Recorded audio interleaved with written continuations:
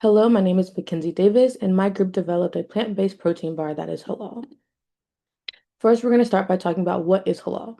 Halal is an Arabic word that means permitted or lawful. Halal food is pure, wholesome, and fit for human consumption.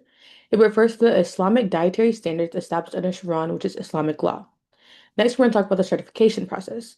The certification process is governed by the Islamic certification body. The program started in Indonesia in the 1990s, and halal dietary standards are almost 1,400 years old. Halal meat is always prepared by Muslims and is usually sold by Muslims as well. Next, we're going to talk about the steps of the certification process. These are the basic steps.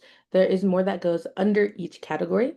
So first, the supply chain, then the production, then the sanitation, warehousing and logistics, documentation, and finally labeling. On the side, these are a couple of logos that you could see on halal foods, verifying it as halal. Next, we're going to talk about the principles of halal foods.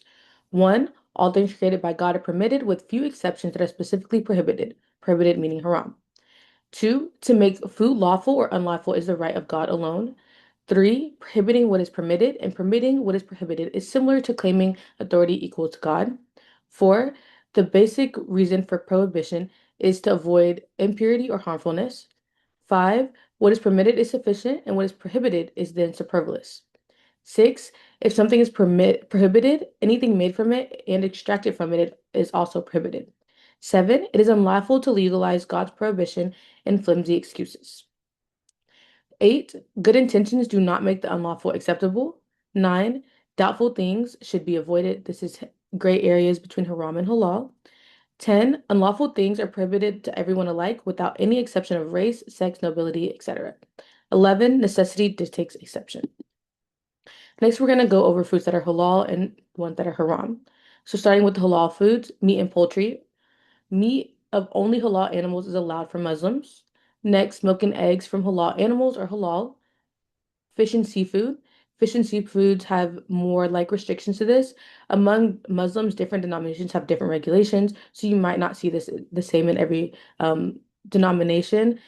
For example, fish, some can have fish with scales and some cannot have fish with scales.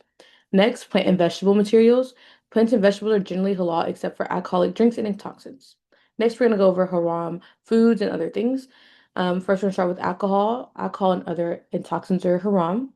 Blood, carnivorous animals, dead meat, immolated foods, and swine are all haram foods, meaning prohibited.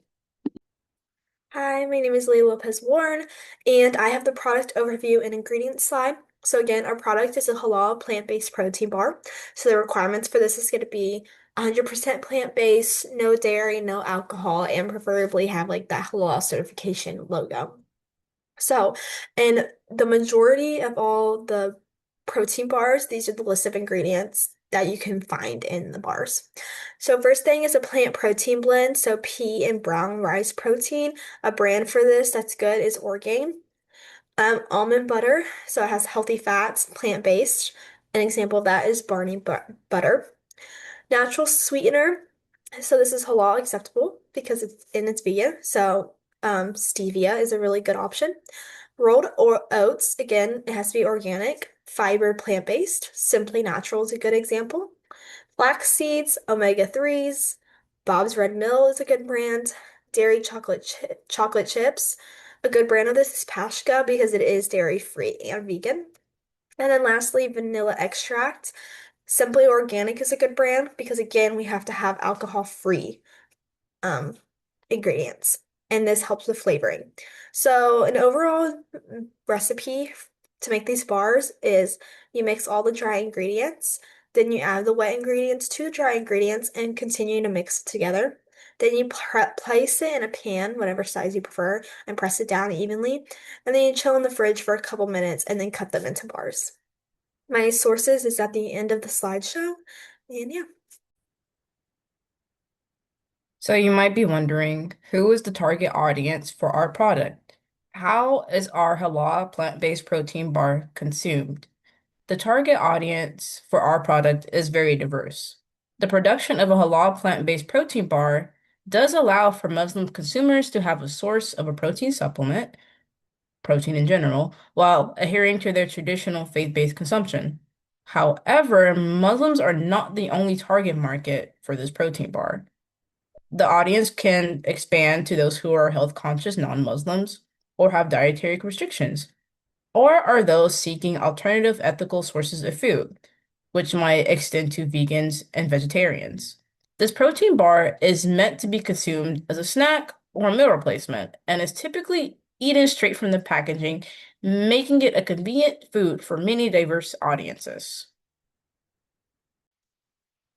Hello, I'm Grace Wilson. So our halal protein bar is an easy at-home recipe, but if we wanted to distribute it to customers, here is our process flow diagram. So first is ingredient sourcing, which is just finding good quality ingredients. Next is weighing and measuring, so having the right proportions of everything. Next would be mixing the dough, and then we would form and shape our dough into a bar-like shape. After that, we cut and package, so we cut into uniform rectangles and package it up. And then after that will be distribution to our customers. And each of these steps coincide with a halal control point. Hi, my name is Jay Yoon and I'll be covering the control point section of our project. For each production steps, we identify one main point where a halal requirement need to be checked. First, at ingredient sourcing, all raw materials should be verified to ensure they're sustainable for halal production. Next, during weighing and measuring, ingredients like flavoring are critical because some extract may contain alcohol. For mixing and shaping, our main concern is keeping the equipment clean to avoid any cross-contamination. Regarding packaging and distribution, products must be kept separate from non-halal item during storage and handling. Finally, although this protein bar does not carry an official halal certification mark, it does feature vegan, organic, and non-GMO certifications, which support ingredients transparency. The U symbol at the right bottom of the picture is a kosher certification mark, which further indicates strictly controlled ingredient standard. Hi, my name is Andres Ramos, and I had the conclusion part of our halal plant-based protein bar project. So, our halal plant-based protein bar is a healthy and convenient snack that follows Islamic dietary laws while also being suitable for people from different cultures and lifestyles. It meets both health and religious standards by making sure all ingredients are plant-based, alcohol-free, and halal certified. However, there are some limitations. For example, certified halal ingredients can be sometimes hard to find, production costs can be higher, and there are strict processing rules to prevent contamination. Because of this, maintaining halal integrity throughout sourcing, production, and distribution requires careful monitoring and control points. Overall, this product shows that it is possible to create new, healthy, and accessible food options that appeal to a wide range of consumers, including Muslims, vegans, and health conscious individuals. Thank you for your time.